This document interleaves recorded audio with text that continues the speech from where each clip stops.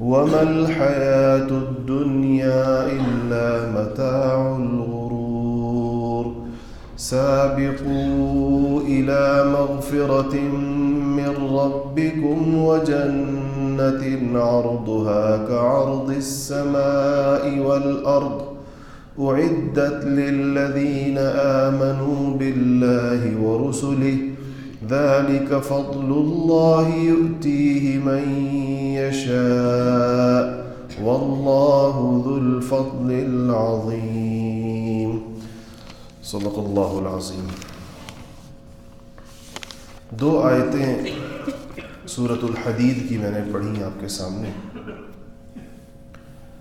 اللہ جل شانہ نے ان دو آیتوں میں انسان کی زندگی کے مختلف ادوار کی جانب اشارہ فرمایا، اور انسان اگر اس کو غور کرے تو اس کو سمجھ میں آئے گا کہ کتنا درست فرمایا گیا انسان کے بارے میں۔ ترجمہ پہلے کر لیتا ہوں، پھر اس کی تھوڑی سی تفصیل بیان کریں گے کہ اللہ جل شانہ فرماتے ہیں اعلموا، کہ خوب جان لو۔ علم سے ہے یہ لفظ اور امر کا صیغہ ہے۔ اللہ کہہ رہے ہیں کہ خوب سمجھ لو، اچھی طرح جان لو کہ دنیا کی زندگی ہے کیا، جس زندگی کو ہم بہت بڑا سمجھ کر اور ساری ہی اپنی توجہ کا مرکز سمجھ کر گزار رہے ہوتے ہیں، اس کی حقیقت کتنی ہے، کیا حقیقت ہے اس کی؟ انما الحیات الدنیا لعب و لہو، کہ دنیا کی زندگی تو نام ہے کھیل کود کا۔ یہ کیا بات ہے؟ اصل میں بچپن کا شروع کیا ہے کہ بچپن جو انسان کا ہوتا ہے وہ کھیل کود کے اندر بسر ہوتا ہے۔ چھوٹے بچوں کی دلچسپی کس چیز میں ہوتی ہے سب سے زیادہ؟ تو انسان بھی چونکہ ابتدا بچپن سے کرتا ہے، تو جب انسان دنیا میں آنکھ کھولتا ہے اور کسی درجے کے اندر چلنے پھرنے کے قابل ہوتا ہے، سال 2 سال 2.5 سال 3 سال اس کی عمر ہو جاتی ہے، تو اس کی دلچسپی کا سب سے بڑا میدان کھیل کود ہوتا ہے اور اس کو اس کا شوق ہوتا ہے۔ یہ بچپنا ہو گیا۔ وزینۃ، پھر ایک وقت آتا ہے ظاہری سجاوٹ کا، جب آپ نے اپنے گھروں میں بچوں کو دیکھا ہوگا، ہم بھی دیکھ رہے ہیں اپنے بچوں کو، کہ جب ان کی عمریں 13-14 سال کو پہنچتی ہیں تو اس کے بعد ان کو کچھ بننے سنورنے کا شوق شروع ہو جاتا ہے۔ اور وہ میرا بیٹا ہے 14 سال کا، میں اس کو دیکھتا ہوں تو وہ شیشے کے سامنے کھڑا کبھی بال بنا رہا ہے، کبھی کیا کر رہا ہے، تو میں اسے پوچھتا بھی رہتا ہوں کہ تم بہت وقت لگتا ہے تمہارا اب تو تیار ہونے کے اندر، پہلے تم آسانی سے تیار ہو گئے، فوراً اسکول چلے جاتے تھے، اب تو تمہارا ایک اچھے خاصے 15-20 منٹ شیشے کے سامنے لگتے ہیں۔ تو یہ 14-15 سال کی عمر قرآن نے کہا ہے وزینۃ، کہ اب سجاوٹ کی اور ایک ہار سنگھار کی اور اس بات کی فکر پیدا ہو جاتی ہے کہ اب میں کیسا لگ رہا ہوں اور مجھے جو لوگ دیکھ رہے ہیں ان کا میرے بارے میں تاثر کیا ہے۔ یہ ابتدائی جوانی زینت ہے، جو جوانی کی بالکل جو ابتدا ہوتی ہے، شروع ہوتی ہے، جس کو ہم ٹین ایج کہتے ہیں، 13 سال کی عمر سے شروع ہوتی ہے، اس میں زینت انسان کو اچھی لگتی ہے۔ اس کے بعد جو جوانی کا اگلا مرحلہ آتا ہے وہ تفاخر بینکم، اس میں انسان کو تفاخر کا شوق ہوتا ہے کہ میری چیزیں بھی دوسروں سے زیادہ بہتر لگے۔ اگر لڑکا ہے تو میری بائک، اور اگر میرا گاڑی چلا رہا ہے تو اس کی گاڑی، اور اس کے بعد اس نے اور جو اس کی تفاخر کا مطلب ہوتا ہے ایک دوسرے کے اوپر سے آگے بڑھنے کا جذبہ ہونا، یہ ایک دوسرے سے بڑھنے کی کوشش کرنا کہ میرے پاس جو کچھ ہو وہ سب سے اچھا لگے۔ یہ عمر کا ایک مرحلہ ہوتا ہے۔ اس کے بعد انسان پھر جوانی گزر کر جب بوڑھا ہو جاتا ہے تو بوڑھوں کے اندر کس چیز کا جذبہ پیدا ہوتا ہے؟ وہ تکاثر فی الاموال والاولاد، کہا کہ ان میں بوڑھوں کے اندر پھر مال کی ہوس بڑھ جاتی ہے۔ ان کا خیال ہوتا ہے کہ جتنا زیادہ ہو سکے اپنے لیے بھی، پھر بچوں کے لیے بھی، پھر تیسری نسل کے لیے بھی، پھر چوتھی نسل کے لیے بھی۔ آپ کسی سے ہی پوچھیں گے تو اس کی سیری نہیں ہوگی 10 نسلوں کا سامان کر کے بھی۔ اگر آپ اس کو گارنٹی دے دینا کسی بوڑھے کو کہ 10 نسلوں کی دولت جمع ہے، وہ کہے گا 11ویں نسل کا کیا ہوگا؟ تو اس لیے یہ اس کی قرآن نے تو نفسیات ہے انسان کی، اس سے قرآن بہت زیادہ واقف ہے، تو کہا کہ تکاثر فی الاموال والاولاد۔ اس کے بعد اس کو، اور یہ بھی حقیقت ہے کہ بڑھاپے میں جا کر انسان کو اولاد کی کثرت کی بھی حسرت ہوتی ہے۔ ہمارے ایک استاد تھے، میں نے ان سے پوچھا کہ بچے تھوڑے اچھے ہوتے ہیں یا زیادہ؟ تو کہنے لگے کہ جوانی کے اندر تھوڑے بچے اچھے لگتے ہیں، بڑھاپے میں جا کے زیادہ بچے اچھے لگتے ہیں۔ تو کہتے ہیں کہ جب بندہ جوان ہوتا ہے تو چونکہ خود بڑا فعال، بھاگ دوڑ ادھر ادھر، ایک اس کی عورت اس کا دل چاہتا ہے کہ میری ذمہ داریاں کم سے کم ہوں، تو بہت زیادہ بچوں کا لاؤ لشکر اس کو نہیں اچھا لگتا. لیکن جب وہ بوڑھا ہو جاتا ہے، اب اس کی ساری حرکت بھاگ دوڑ دنیا کے اندر یہ تقریباً معطل ہو جاتی ہے. اب اس کی آنکھوں کی ٹھنڈک کا سامان اس کی اولاد ہوتی ہے. اب وہ جتنی زیادہ ہو ان کی ذمہ داری نہیں ہوتی، کیونکہ وہ اولاد بڑی ہو چکی ہوتی ہے. جب انسان بوڑھا ہوا تو اس کی اولاد بڑی ہو چکی ہوتی ہے، ان کی ذمہ داریوں سے بندہ نکل چکا ہوتا ہے، لیکن ان کے ایک طرح سے ان کا پھل کھانے کا وقت ہوتا ہے. اس وقت اس کا دل چاہتا ہے میری اولاد زیادہ ہو اور بہت سارے بچے ہوں میرے. تو کہا کہ بڑھاپے کے اندر کیا کیفیت ہے؟ تکاثر، کثرت سے، تکاثر زیادتی ہو فی الاموال والاولاد. بوڑھا چاہتا ہے کہ مال بھی بہت زیادہ ہو اور بچے بھی بہت زیادہ ہو. یہ تینوں زندگی کے مراحل کے بارے میں اللہ نے فرمایا کہ اعلموا، حیات دنیا یہی ہے کہ تم ایک دور آئے گا تمہارا کھیل تماشے میں گزر جائے گا، دوسرا دور آئے گا تمہارا زیب و زینت اور تفاخر میں گزر جائے گا، اور تیسرا دور آئے گا تمہارا مال اور اولاد کو بڑھانے کی ہوس میں گزر جائے گا. اور یہی تین ادوار اگر کسی کو طبعی زندگی ملے، یعنی وہ بچپن میں فوت نہ ہو جائے، جوانی میں فوت نہ ہو جائے، تو یہی تین ادوار جو ہے اس کا نام زندگی ہے. اس کی زندگی اور کوئی لمبی چوڑی چیز نہیں ہے. تو کہا کہ اس کی مثال پھر اللہ تعالیٰ، تو چونکہ مکہ کا معاشرہ سامنے تھا، عام قسم کے لوگ تھے، دیہاتی بھی تھے، ان پڑھ بھی تھے لوگ ان میں، تو ان کو کیسے فرمایا کہ اس کی اگر تمہیں مثال سمجھنی ہو دنیا کی زندگی کی تو کمثل غیث اعجب الکفار نباتہ، جیسا کہ ایک بارش ہوتی ہے زمین کے اوپر تو کھیتی اگاتی ہے، بارشوں سے کھیتیاں اگتی ہیں، تو کھیتی اگاتی ہے ایک بارش سے. اور اعجب الکفار نباتہ، کفار سے مراد یہاں کسان ہے، اور وہ اس کسان کو جب کسان جاتا ہے نا اپنی زمینوں کے اوپر اور وہ اپنی کھیتی کو لہلہاتا ہوا دیکھتا ہے تو بہت خوش ہوتا ہے. اعجبہ کا مطلب خوش کر دیتی ہے کسان کو. وہ دیکھتا ہے کیا میری کھیتی لہلہا رہی ہے، کیسی سبز فصل نکلی ہے. ثم یہیج فتراہ مصفرا، اور پھر وہ اپنا ثم یہیج، پھر وہ مزید اپنے جوبن پر چلی جاتی ہے. فصل نکلی تھی اب اور اونچی ہو گئی، بالکل فصل وہ ہوئی، یعنی اپنے زور پر پہنچ گئی.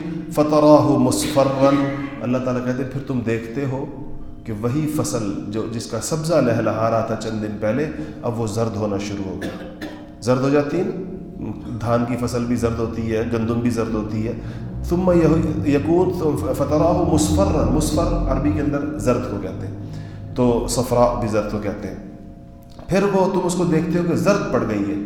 ثم یکون حطاما، پھر وہ چورا چورا ہو جاتی ہے. جب گندم کی فصل کٹ جاتی ہے، آپ کبھی کھیت کے اندر جائیں کیا منظر ہوتا ہے، تھریشر لگا ہوا ہے، اس سے بھوسا ایک طرف جا رہا ہے، گندم کا دانہ دوسری طرف جا رہا ہے. مکئی کی فصل کے اندر آپ جائیں، مکئی کے سٹے انہوں نے نکال لیے ہوتے ہیں، سٹوں سے دانے ایک طرف نکل رہے ہیں، اور اس کے وہ جو ہوتے ہیں، اس کے جو پودا کٹا ہوا پودا ہوتا ہے اس کو کسان ایک طرف لگا رہا ہوتا ہے، جانوروں کی خوراک ہے. دیکھتے ہی دیکھتے وہ لہلہاتی ہوئی فصل چوری چوری ہو کر بوریوں کے اندر سمٹ کر چلی جاتی ہے. اگر کسان کی قسمت میں ہو، اور اگر خدا نخواستہ اس کی قسمت میں نہ ہو، تو ایک بارش یا ایک زوردار ہوا یا ایک زوردار ژالہ باری اس کے اوپر آتی ہے، اس کی فصل کو وہ کھائے ہوئے بھس کی طرح کر دیتی ہے. تو اللہ تعالیٰ نے فرمایا کہ یہ جس طرح فصل تمہیں ایسی نظر آتی ہے، انسان کی زندگی بھی ایسی ہے. کیا پیدائش ہے تو وہ ایسے جیسے ہلکا سا سبزہ نکلا ہے. پھر کہا کہ یہیجو کا مطلب ہے زور دکھاتی ہے فصل اپنا، تو یہیجو انسان کا یہیجو کیا ہے، اس کی جوانی ہے. پھر کہا زرد ہو جاتی ہے، زرد ہونا کیا ہے، بڑھاپا ہے اس کا. پھر کہا چوری چوری ہو جاتی ہے، تو چوری چوری ہونا کیا ہے، موت ہے اس کی. تو جیسے فصل کے اوپر یہ ادوار آتے ہیں اور گزرتے ہیں، ایسے ہر انسان پر بھی ادوار آتے ہیں. ہر ایک کو اپنا دور دیکھنا چاہیے کہ میں اس میں سے کس دور سے گزر رہا ہوں، وہ انہی کیفیات سے گزر رہا ہوں. تو اللہ نے فرمایا اور پھر کیا، وَفِي الْآخِرَةِ عَذَابٌ شَدِيدٌ، یہ دنیا ہے. اللہ نے کہا دنیا کے بعد آخرت کا ذکر کیا، اور آخرت میں ایک تو سخت عذاب ہے. اللہ نے کہا آخرت میں دو چیزیں ہوں گی. دنیا میں 3 مرحلے جیسے ہیں، آخرت میں 2 ہی صورتیں ہیں، یا تو اور آخرت میں یا تو سخت عذاب ہے، وَمَغْفِرَةٌ مِّنَ اللَّهِ وَرِضْوَانٌ، اور یا دوسری طرف اللہ تعالیٰ کی بخشش ہے، ورضوان، اور اللہ تعالیٰ کی رضامندی ہے. رضوان رضامندی کو کہتے ہیں. یا اللہ تعالیٰ کی رضامندی ہے، خوشنودی ہے، اور اللہ تعالیٰ کی طرف سے بخشش ہے. وَمَا الْحَيَاةُ الدُّنْيَا إِلَّا مَتَاعُ الْغُرُورِ، اللہ کہتے ہیں اور دنیا والی زندگی دھوکے کے سامان کے علاوہ کچھ بھی نہیں. یہ اتنی زیادہ لمبی چوڑی نہیں ہے، اور یہ اتنی زیادہ انسان کی تمام تر فکر اور صلاحیت اور بھاگ دوڑ اور اوقات اور ذہنی اور جسمانی صلاحیتیں صرف اسی کی نظر ہو جائیں، دنیا اتنی نہیں ہے کم سے کم. تو پھر کیا کرے انسان؟ تو فرمایا کہ سابقوا الی مغفرۃ من ربکم، کہ ایک دوسرے سے آگے بڑھنے کی کوشش کرو اپنے پروردگار کی بخشش کی طرف، اللہ تعالیٰ کی بخشش کے معاملے میں ایک دوسرے سے آگے بڑھو۔ سابق کا مطلب ہوتا ہے دوڑ لگاؤ ایک دوسرے سے آگے، کس کی طرف بڑھو؟ اللہ کی بخشش کی طرف، وجنت، اور جنت کی طرف، عرضھا کعرض السماء والارض، جس کی چوڑائی آسمان اور زمین کی چوڑائی کی طرح ہے، زمین و آسمان کی چوڑائی جیسی ہے۔ اعدت للذین آمنوا باللہ ورسلہ، یہ ان لوگوں کے لیے تیار کی گئی ہے جو اللہ اور اس کے رسولوں پر ایمان لاتے ہیں۔ ذالک فضل اللہ، یہ اللہ کا فضل ہے، یؤتیہ من یشاء، جس کو چاہتا ہے دیتا ہے، واللہ ذو الفضل العظیم، اور اللہ تعالیٰ بڑے فضل والا ہے۔ اس پر یہ 2-3 احادیث رسول اللہ صلی اللہ علیہ وسلم کی اسی موضوع کی مناسبت سے سن لیں۔ حضرت کعب ابن عیاض رضی اللہ تعالیٰ عنہ فرماتے ہیں کہ رسول اللہ صلی اللہ علیہ وسلم نے کہا، میں نے سنا اور رسول اللہ نے فرمایا، قال سمعت رسول اللہ صلی اللہ علیہ وسلم یقول، میں نے نبی پاک محمد مصطفیٰ صلی اللہ علیہ وسلم کو یہ کہتے ہوئے سنا کہ ان لکل امت فتنۃ وفتنۃ امتی مال، کہ المال، کہ دنیا میں ہر امت جو پہلے گزری ہے، ہر امت کا کوئی نہ کوئی فتنہ ضرور تھا، میری امت کا فتنہ مال ہے۔ فتنۃ امتی المال، کہ میری امت کا فتنہ مال ہے۔ مال سے کیا مراد ہوتا ہے؟ مال تو دیکھیں حضرات صحابہ کے پاس بھی تھا، عثمان غنی کو تو غنی کہتے ہی اس لیے کہ اللہ نے مال دیا تھا، عبد الرحمن ابن عوف کو مال دیا تھا، صحابہ کو آخر سے۔ یہاں مال سے مراد وہ مال ہے جو اللہ تعالیٰ سے غافل کر دے، وہ تھوڑا بھی ہو سکتا ہے، زیادہ بھی ہو سکتا ہے۔ کسی کو تھوڑا مال اللہ سے غافل کر دیتا ہے، اور بعض ایسے خوش نصیب ہوتے ہیں کہ زیادہ مال بھی ان کو اللہ جل شانہ سے غافل نہیں کرتا۔ تو جہاں پر بھی یاد رکھیے، جیسا کہا گیا ہے کہ انما اموالکم و اولادکم فتنہ، تمہاری مال اور تمہاری اولاد فتنہ ہے۔ یہاں پر بھی اس سے مراد یہ خیال آتا ہے کہ اولاد تو بڑے بڑے نبیوں کی اولاد بھی تھی، اور تمام انبیاء کی اولادیں ہوئی ہیں، اور پھر خود نبی بھی تو کسی کی اولاد تھے۔ اگر یوسف علیہ السلام یعقوب کی اولاد تھے آخر، تو یہاں پر بھی جب کہا جاتا ہے یہاں تو فتنہ آزمائش کے معنی میں، تو اس فتنے کا مطلب ہوتا ہے کہ فتنے سے مراد آزمائش۔ آزمائش کا کیا مطلب؟ کہ اگر آپ چاہیں تو اس کو اپنی آخرت کا سرمایہ بنا لیں، اور چاہیں تو اسی کے ذریعے سے اپنی آخرت تباہ کر لیں، یعنی چاہیں تو اسی کے ذریعے سے آخرت بنا لیں، اور چاہیں تو انہی کے ذریعے سے آخرت کو تباہ کر لیں، اس کو فتنہ کہتے ہیں۔ تو آپ نے فرمایا کہ میری امت کے لیے مال ایک ایسی چیز ہوگی، اگر مال اللہ تعالیٰ کی رضامندی میں، اللہ تعالیٰ کی خوشنودی میں، اپنے حقوق کی ادائیگی میں، فرائض کی ادائیگی میں صرف ہو رہا ہے تو وہ مال اس کے لیے باعث خیر ہے، اور اگر وہ اللہ کی نافرمانی میں غلط طریقوں سے کمایا جا رہا ہے اور غلط رستوں کے اندر لگایا جا رہا ہے، تو ظاہر بات ہے کہ یہ مال اس کے لیے تباہی و بربادی کا پیش خیمہ ہے۔ اسی طرح حضرت ابو ہریرہ رضی اللہ تعالیٰ عنہ فرماتے ہیں کہ قال رسول اللہ صلی اللہ علیہ وسلم، کہ حضور صلی اللہ علیہ وسلم نے فرمایا، ان اللہ تعالیٰ یقول، اللہ تعالیٰ فرماتے ہیں۔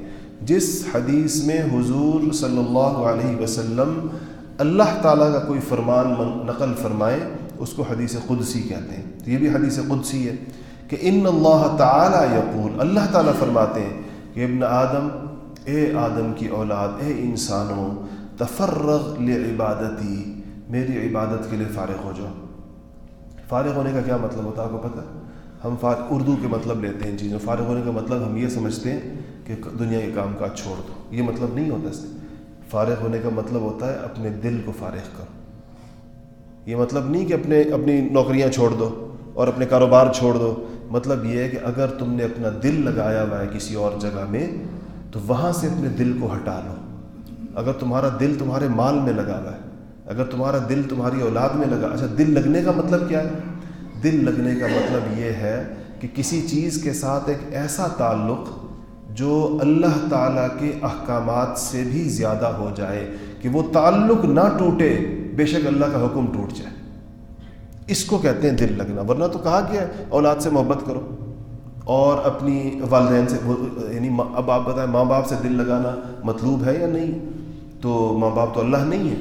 یہ دل لگانے کا مطلب یہ ہوتا ہے کہ اپنے دل کو اس طریقے سے وابستہ کرنا کہ وہ احکامات الہی پر غالب ہو جائے، کہ آپ کہیں کہ بس یہ تعلق جو ہے یہ زیادہ قیمتی ہے میرے نزدیک بنسبت اللہ سے میرے تعلق کے، یا اس تعلق کے تقاضے پورے کرنا میرے لیے زیادہ ضروری ہے بنسبت اللہ تعالیٰ کے تقاضے پورے کرنا. اس کی مثال ایسے ہے جیسے کسی آدمی نے اپنی اولاد کی خوشنودی کے لیے کوئی رشوت لیتا ہے یا کوئی اور کرپشن کرتا ہے.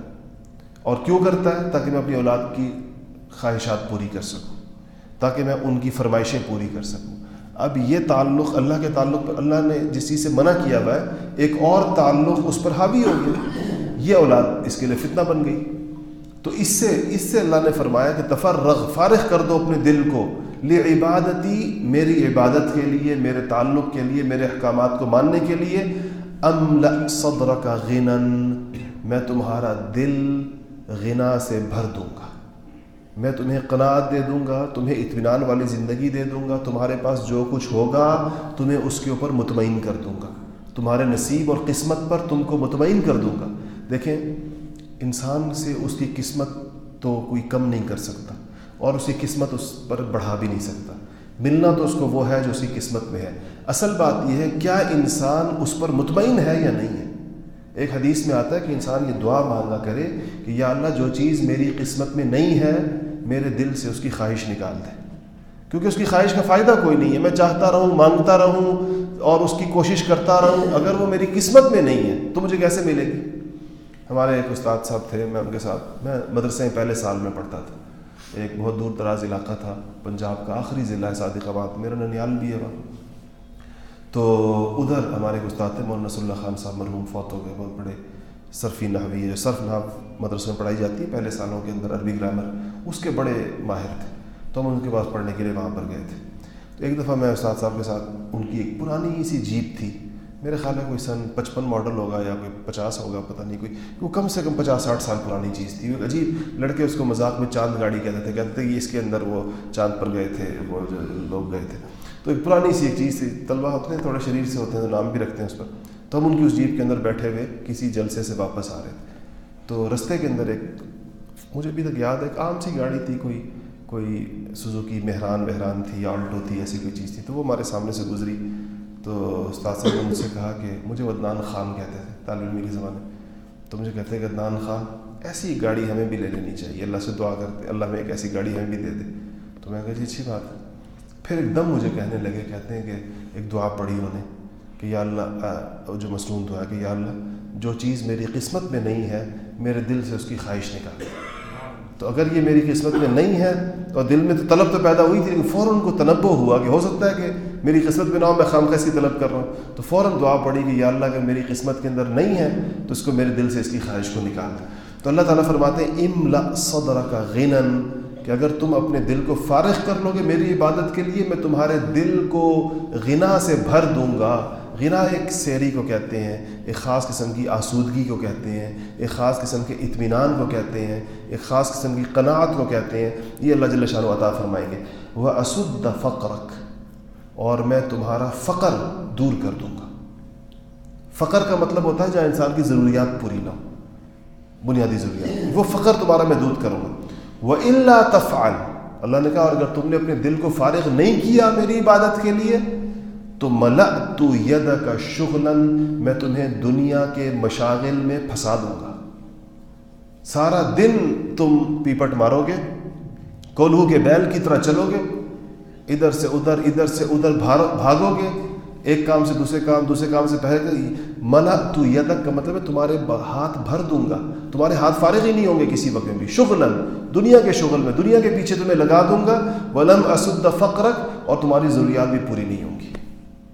یعنی تم دنیا کے شغل میں دوڑ کے تھک جاؤ گے لیکن تمہاری ضروریات پوری نہیں ہوں گی.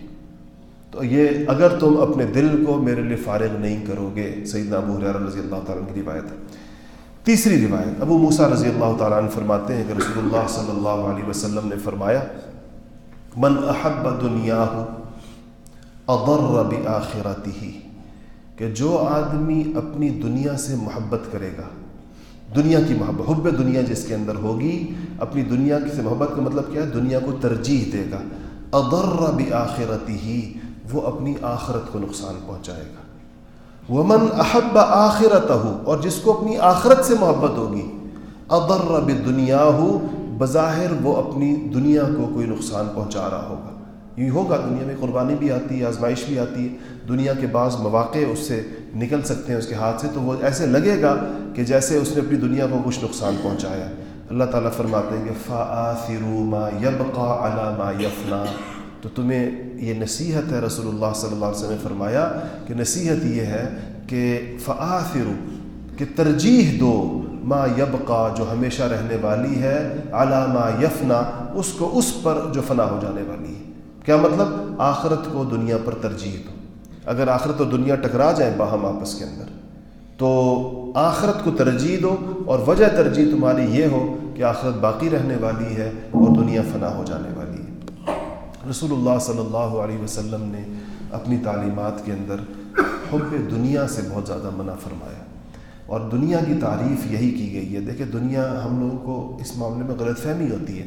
ہم بعض اوقات سمجھتے ہیں کہ پیسہ دنیا ہے, کوئی سمجھتا ہے کوٹھیاں دنیا ہے, کوئی سمجھتا ہے کاریں دنیا ہیں. یہ چیزیں دنیا نہیں ہوتی. دنیا اس بات کا نام ہے کہ آپ نے کسی چیز کو حیثیت اور اہمیت کیا دی ہے. ایک آدمی کی کوٹھی اس کی دنیا نہیں ہو سکتی, اور ایک آدمی کا جھونپڑا اس کی دنیا ہو سکتی ہے, کیونکہ اس کا تعلق ان ظاہری چیزوں کے ساتھ نہیں ہے, اس کا تعلق قلب کے اس کے ساتھ لگے ہوئے ہونے کے ساتھ ہے. اگر کسی کا دل ایسے طور پر اس کے ساتھ لگا ہوا ہے کہ اس کی محبت اس کے دل کے اوپر اتنی غالب ہے کہ اس نے اللہ تعالیٰ کی محبت کو بھی مغلوب کر دیا, رسول اللہ صلی اللہ علیہ وسلم کی محبت کو بھی مغلوب کر دیا, تو یہ اس کی دنیا ہے. پھر اب یہ چاہے کوٹھی ہے یا یہ چاہے جھونپڑی ہے. اور اگر وہ اس کے دل پر غالب نہیں ہے, اور دل اس کا اللہ تعالیٰ سے لگا ہوا ہے, اور احکامات الہیہ کی اللہ نے اس کو پابندی کی توفیق عطا فرمائی ہوئی ہے, تو کسی کے پاس پیسوں کی زیادتی یا چیزوں کی زیادتی اس کو دنیا نہیں کہا جاتا, اگر وہ اس مال کا حق ادا کر رہا ہے. یہ اسلام کی تعلیمات کی جامعیت ہے. پچھلے مذاہب میں ایسا نہیں ہوتا تھا. پچھلے مذاہب کے اندر عیسائیوں نے جو اپنے لیے بنایا تھا تو رہبانیت کا مطلب ہی یہی تھا کہ دنیا کی چیزوں کو اپنے آپ سے دور کرو. پیسے نہیں ہونے چاہیے, گھر نہیں ہونے چاہیے, کپڑے نہیں ہونے چاہیے, سب چیزوں کے اندر بالکل آخری درجے کے اوپر انسان رہے. تو وہ اس کو, تو اللہ جل شانہ نے اس کی طرف قرآن میں اشارہ کیا کہ انہوں نے خود اپنی طرف سے اس کو بنایا تھا. عیسائیوں نے, ہم نے آسمان سے ان کے اوپر رہبانیت ابتدعوها فما رعوها حق رعایتها, کہ انہوں نے اپنی جانب سے اپنے اوپر یہ پابندیاں عائد کر دی تھیں. یہ شریعت کا ان سے مطالبہ نہیں تھا. اس پہ انسان کو اس بات کی, اب یہ دنیا کی محبت اس کے دل سے کیسے, دو محبتوں کا ذکر آتا ہے. اگلی محبت پر انشاءاللہ اگلے ہفتے بات کریں گے. ایک کو حب مال کہتے ہیں اور ایک کو حب جاہ کہتے ہیں. حب مال کا مطلب ہے مال کی محبت, اور حب جاہ کا مطلب ہے پوزیشن کی, ایک حیثیت کی, ایک دنیا کے اندر شہرت اور عزت کی, ایک خاص قسم کی, اس کی محبت کا دل میں ہونا. یعنی انسان ایک خاص قسم کا مقام اور مرتبہ چاہے. ان دو محبتوں کو اللہ تعالیٰ کی محبت کے رستے میں رکاوٹ بتایا گیا ہے. اور اس میں کیا ہوتا ہے کہ انسان اس میں مشغول ہو جاتا ہے. اسی لیے یہاں بھی لفظ جو استعمال ہوا حدیث کے اندر کہ اگر تم وہ نہیں کرو گے یدا کا شغلاً, یہاں بھی شغل کا لفظ استعمال, کہ جب انسان کے دل میں اس کی محبت آتی ہے تو یہ ایک طرح کی ایک ہوس پیدا ہوتی ہے, اور وہ خوب زیادہ سے زیادہ اور اس سے زیادہ اور اس سے زیادہ ہر وقت اپنی دولت کو ضرب دینے کے چکر میں ہوتا ہے.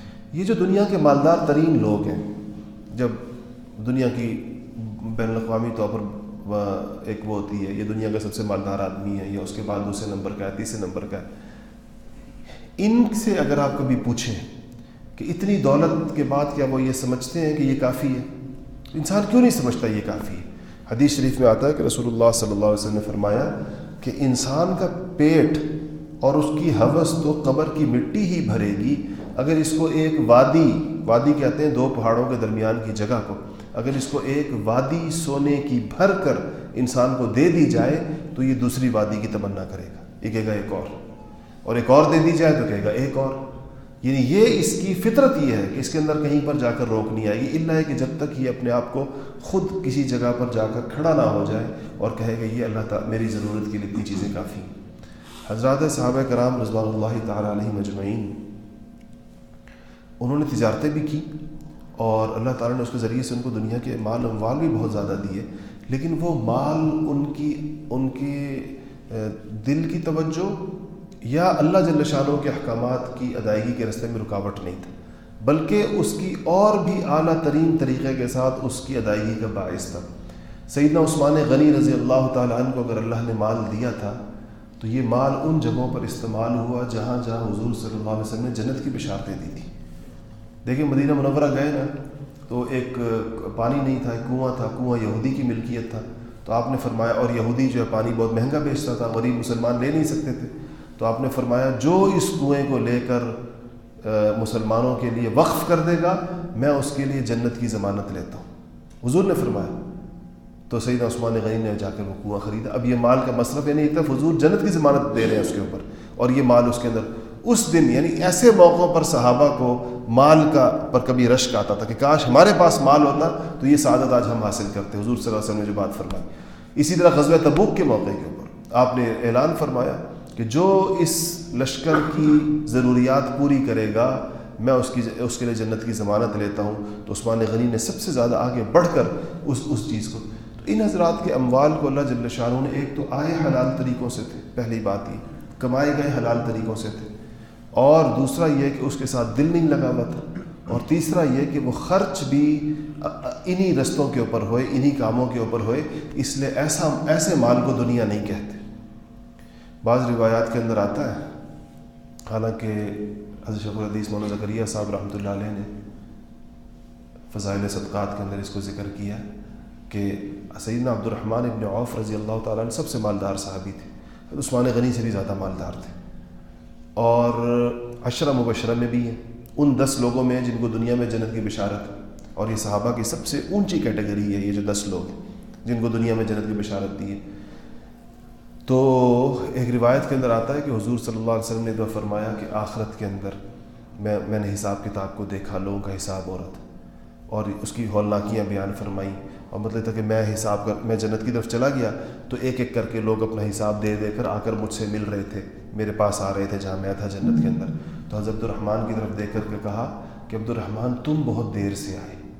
تو حضرت عبدالرحمن بالکل دہل گئے کہ تو کہا کہ جب تم آئے تو ہانپ رہے تھے اور ٹائم بھی تمہیں بہت لگا میرے پاس آنے میں، تو میں نے تم سے پوچھا تمہیں دیر کیوں ہوئی، تو تم نے کہا کہ یا رسول اللہ میں اپنے مال کا حساب دے رہا تھا۔ تو اس پہ شیخ الحدیث صاحب نے لکھا ہے کہ ایک صحابی رسول عشرہ مبشرہ میں سے ہو، اس کو بھی اپنے مال کا حساب دینے کے اندر اس کو دے کے وقت لگا، تو جس کا طیب ترین طریقے سے کمایا ہوا مال اور اعلیٰ ترین مصارف میں خرچ کیا ہوا مال اگر اس پر بھی یہ ہوا تو ان لوگوں کا کیا ہوگا جن کے کمانے کے اندر بھی کچھ پتہ نہیں کیسے طریقوں سے کمایا، اور خرچ کا بھی کچھ پتہ نہیں کہ کن طریقوں سے خرچ کیا، حق بھی اس کے پتہ نہیں کہ مال کے حق ہم نے کیسے ادا کیے، زکوٰۃ کا بھی کوئی حساب نہیں۔ بعض لوگ زکوٰۃ کی بات یاد آئی، بعض لوگ زکوٰۃ کا ایک بڑا رف سا حساب لگاتے ہیں۔ آج کل کے دور میں جو یہ کاروبار بہت پیچیدہ ہو گئے ہیں، اس لیے ان کو اس بات کا پتہ ہی نہیں ہوتا کہ گوداموں میں پڑے ہوئے مال کی زکوٰۃ کا کیا ہوگا، ریسیویبلز کی زکوٰۃ کا کیا ہوگا، قرضوں کی زکوٰۃ کا کیا ہوگا، اور کون سے ایسٹس کی زکوٰۃ ہوگی، کون سے کی نہیں ہوگی۔ اس علم کی تفصیلات حاصل کرنے کی زحمت نہیں کرتے، بس ایک لم سم سا اندازہ لگاتے ہیں کہ چلیں جی اتنی ہے چلو اتنی زکوٰۃ دے دیتے ہیں۔ 1 روپیہ بھی جس کا زکوٰۃ کا رہ جائے گا، 1 روپے بھی فرض زکوٰۃ کا جس کے ذمے ہو اور اس نے نہیں دیا، اگر یہ لاکھوں روپے بھی چیریٹی کر دے، اس 1 روپے کا عوض نہیں ہو سکتا جو اس کے ذمہ باقی ہے، اس سے اس کا قیامت میں پوچھا جائے جیسے نماز کا پوچھا جائے۔ زکوٰۃ کا 1 روپیہ رہ جانا ایسے ہی ہے جیسے نماز کا رہ جانا، اور اگر آپ کی فرض نماز رہ گئی ہے، آپ 1,00,000 نفل پڑھ لیں، وہ اس فرض نماز کا بدلہ تو نہیں ہو سکتا، اس کا مداوع تو نہیں ہو سکتا، اس کا عوض نہیں ہو سکتا۔ ایسے ہی اگر 1 روپیہ زکوٰۃ کا رہ گیا کسی کے ذمے، فرض زکوٰۃ کا، تو 1 کروڑوں روپے صدقہ کر دے، اس روپیہ کا بدلہ نہیں ہوگا جو اس کو فرض زکوٰۃ کی دینے تھے۔ اس کی نیت ہوتی ہے زکوٰۃ میں کہ زکوٰۃ کی نیت سے دی جاتی ہے، اس لیے اس میں مال کا ذکر آ گیا۔ تو مال کے حقوق میں سے ایک چیز یہ ہے، سب سے پہلی چیز یہ ہے کہ اس کی زکوٰۃ دی جائے۔ سورہ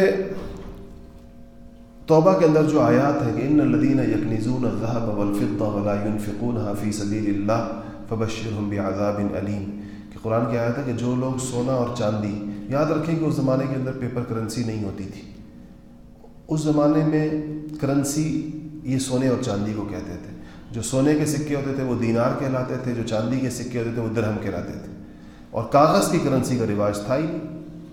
تو قرآن کی آیت ہے کہ جو لوگ سونا چاندی جمع کرتے ہیں، یعنی جو لوگ پیسے جمع کرتے ہیں، ولا ينفقونها فی سبیل اللہ، اور اس کو اللہ کے راستے میں خرچ نہیں کرتے، فبشرہم بعذاب علیم، ان کو دردناک عذاب کی خوشخبری سنا دے اے اللہ کے رسول۔ تو صحابہ اس سے کانپ گئے اور حضور کے پاس آئے اس بات کو پوچھنے کے لیے کہ یا رسول اللہ کچھ نہ کچھ پیسہ تو ہر ایک کے پاس ہوتا ہے، تھوڑا بہت، یا تو یہ نہیں کہا گیا کہ بہت زیادہ ہو، کہا جو بھی جمع کرتے ہیں۔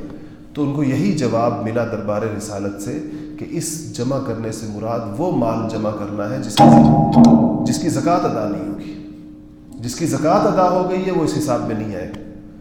تو صحابہ اس کو اسی طریقے کے ساتھ سمجھے۔ اس لیے مال کے حقوق میں سے ایک چیز یہ ہے کہ اس کو کمایا حلال رستوں سے جائے، کسی قسم کی حرام کی اس میں آمیزش نہ آئے۔ حرام مال جو ہے اس کے بہت تباہ کن نتائج انسان کی اپنی زندگی پر بھی اور اس کی اولاد کی زندگیوں کے اوپر بھی مرتب ہوتے ہیں۔ اپنے بچوں کے ساتھ اس سے بڑا ظلم کوئی اور نہیں ہے کہ انسان ان کو حرام کھلائے، حرام کما کر ان کو حرام کھلائے، اس سے زیادہ بڑا ظلم اپنی اولاد پر کوئی اور نہیں ہو سکتا۔ پہلی چیز یہ کہ حلال کمایا جائے، دوسری چیز یہ کہ اس کے حقوق مال کے ادا کیے جائیں۔ تو مال کا ایک حق یہ ہے کہ سب سے پہلا حق اس کا یہ ہے کہ اس کی زکوٰۃ ادا کی جائے، دوسرا حق اس کا یہ ہے کہ اس میں فضول خرچی اور اسراف نہ کیا جائے۔ یہ مال کی ناشکری ہے، اور ایسے لوگوں کو اللہ جل شانہ دنیا کے اندر اس کو کسی نہ کسی طریقے کے ساتھ پکڑتے ہیں۔ آپ لوگوں کو یاد ہوگا کہ ابھی کچھ عرصہ پہلے کسی ایک بڑی پنجاب کے اندر ایک شادی کا بڑا چرچا ہوا تھا کہ اربوں روپے اس شادی کے اوپر لگا دیے گئے، اور کسی نے اس طرح کیا اور اس طرح کی خبریں اخباروں کے اندر آئیں، اس پر وہ سارا کچھ ہے۔ ابھی مجھے کل پرسوں کسی نے بتایا کہ اس بندے کا، وہ دبئی کا آدمی تھا، اس کا دیوالیہ نکل گیا، جیل کے اندر اربوں روپے ایسے اڑائے شادی پر کہ اخباروں کے اور لوگوں کے منہ کھلے کے کھلے رہ گئے کہ یہ کیسے شادی کی۔ تو لیکن فضول خرچی اور اسراف، تبذیر، یہ ایسی چیز ہے کہ اس کے اندر دیر سویر دنیا میں پکڑ ہو جاتی ہے انسان کی، اور یہ اس اللہ تعالیٰ کی اس نعمتوں کی ناقدری ہے، اس لیے اس سے بہت زیادہ بچنا چاہیے۔ تیسری چیز اس میں یہ کہ جو انسان اپنے مال کے اندر غریبوں کا، مسکینوں کا، لاچاروں کا حق رکھے گا تو اللہ جل شانہ ان کے اس حق کی برکت سے اس کے مال کے اندر برکت عطا فرمائیں گے۔ یہ تو ہے جو اس کے حقوق ہیں۔ باقی جو اس کے ساتھ دل لگنا ہے اور اس کے ساتھ ایک انسان کی ایسی محبت اور ایک ایسی شیفتگی کا پیدا ہو جانا کہ وہ ہر چیز کے اوپر غالب آ جائے، اللہ تعالیٰ کے احکامات پر بھی غالب آ جائے۔ دیکھیں میں اس کی مثال آپ سے عرض کروں۔ اب یہ دکانیں ہیں، ہماری مارکیٹ ہے ہمارے ساتھ، جب اذان ہو جائے تو حکم یہی ہے کہ اب فرض نماز کا وقت ہے نا، تو یہ دکانیں بند ہو جانی چاہیے۔ اب اگر اس حکم کی قدر ہو، گاہک کی بجائے اللہ کے حکم کی قدر ہو کسی کے پاس، کہ وہ گاہک کی وجہ سے جماعت نہ چھوڑے، کہ گاہک شاید آ نہ جائے تو ایک بندے کی جماعت چھڑوا دیتے ہیں، اس کی بجائے وہ اگر اذان کے بعد اپنی دکان کو بند کر دیتا ہے، نماز کے بعد دوبارہ کھولتا ہے، تو اس یقین کے ساتھ اس کو رہنا چاہیے کہ اس باقی وقت کے اندر جو مجھے کمائی ہوگی وہ کہیں بدرجہ زیادہ بابرکت ہوگی بنسبت اس وقت کے جس وقت کے اندر میں نے اللہ تعالیٰ کے حکم کو پس پش ڈال کر اپنی نماز ضائع کی، یا اپنے کسی ملازم کی ضائع کی، یا اپنے کسی بھائی کی ضائع کی، یا کسی اور کی۔ ان چیزوں پر کیونکہ اس میں آیا قرآن شریف میں رجال اللہ تلہیہم تجارت ولا بیع عن ذکر اللہ، کہ اصل لوگ تو وہ ہیں جن کو ان کی تجارتیں اور ان کے کاروبار اللہ تعالیٰ کی یاد سے غافل نہیں کرتے۔ لا تلہیہم تجارت ولا بیع کا ذکر ہے، خرید و فروخت باقاعدہ، کہ وہ خرید و فروخت کرتے ہیں، خریدتے اور بیچتے ہیں، وہ تجارتیں بھی کرتے ہیں، یا آج کل کے دور کے حساب سے آپ کہیں وہ دفتروں میں بھی بیٹھتے ہیں، وہ کھیتوں میں بھی، جو بھی کسی کے ذریعہ ہے، لیکن یہ ذرائع ان کو اللہ تعالیٰ کی یاد سے اور اللہ تعالیٰ کے ذکر سے غافل نہیں کرتے۔ گھروں کے اندر خواتین جو بیٹھی ہیں، ان کے لیے میں کہتا ہوں کہ اپنے بچوں کو جماعت کی نماز کی عادت ڈالنی چاہیے، اور چھوٹی عمروں سے ڈالنی چاہیے، کہ بچے جب بچے ہوں ان کو اگر مسجد جانے کی عادت ہو، آہستہ آہستہ جب تھوڑے سے بڑے ہو جائیں تو ان کو اس کے ساتھ، تاکہ ان کو اس بات کی عادت جو وقت ان کو یہ عادتیں پڑھنے کا ہے اس وقت سے پڑھے، ورنہ بعد میں بڑے ہو کر پھر عام طور پر اس بات کا خیال نہیں رہتا۔ بڑے ہو کر پھر مائیں بعض اوقات پریشان بھی ہوتی ہیں کہ بچہ مسجد نہیں جاتا، مہینوں نہیں جاتا، سالوں نہیں جاتا، حالانکہ جس وقت وہ جا سکتا تھا کہنے سننے سے، اس وقت اس کو بھیجا نہیں گیا ہوتا۔ تو اللہ جل شانہ مال کی محبت کو ہمارے دلوں سے نکال دے اور اپنی محبت اس کی جگہ ڈال دے، اور جتنا بھی مال جس کو عطا کیا اللہ جل شانہ ہمیں اس کے حقوق ادا کرنے کی توفیق نصیب فرمائے۔ الحمدللہ رب العالمین والعاقبۃ للمتقین والصلاة والسلام علی سید الانبیاء والمرسلین۔ ربنا ظلمنا انفسنا وان لم تغفر لنا وترحمنا لنکونن من الخاسرین۔ رب اغفر وارحم وانت خیر الراحمین، رب اغفر وارحم وانت خیر الراحمین۔ یا اللہ ہمارے گناہوں کو، چھوٹے بڑے صغیرہ کبیرہ تمام کو معاف فرما۔ یا اللہ یا ارحم الراحمین ہمارے دل میں اپنی محبت اور اپنے حبیب محمد مصطفیٰ صلی اللہ علیہ وسلم کی محبت پیدا فرما۔ دنیا کی وہ ناجائز محبت جو تیرے احکامات کے اوپر غالب آ جائے، یا اللہ ہمیں اسے پناہ نصیب فرما۔ یا اللہ یا ارحم الراحمین ہمارے گھروں میں اتحاد و اتفاق نصیب فرما، باہم آپس کے اندر محبت اور رشتوں کا احترام نصیب فرما۔ یا اللہ ہماری اولادوں کو دین کے لیے قبول فرما۔ یا اللہ یا ارحم الراحمین ہمارے بچوں کو دین کے لیے قبول فرما، دنیا اور آخرت میں ہماری آنکھوں کی ٹھنڈک بنا۔ یا اللہ یا ارحم الراحمین ہمارے مستورات کو، ہماری خواتین کو، ان کی طرف جو احکامات متوجہ ہیں اللہ جل شانہ کے ان پر عمل کرنے کی توفیق نصیب فرما۔ یا اللہ یا ارحم الراحمین یا ذا الجلال والاکرام آخرت کی زندگی کا استحضار نصیب فرما، ہر آنے والے دن کو گزشتہ دن سے بہتر فرما، قبر کی زندگی کو بہتر فرما۔ یا اللہ یا ارحم الراحمین حضور صلی اللہ علیہ وسلم کی شفاعت نصیب فرما، آپ کے دست مبارک سے حوض کوثر کا پانی نصیب فرما۔ یا اللہ ایمان پر موت نصیب فرما، جب دنیا سے رخصت ہوں تو زبان پہ کلمہ جاری ہو لا الہ الا اللہ محمد الرسول اللہ وصلی اللہ تعالی علی خیر خلقہ محمد وآلہ وصحبہ اجمعین برحمتک یا ارحم الراحمین۔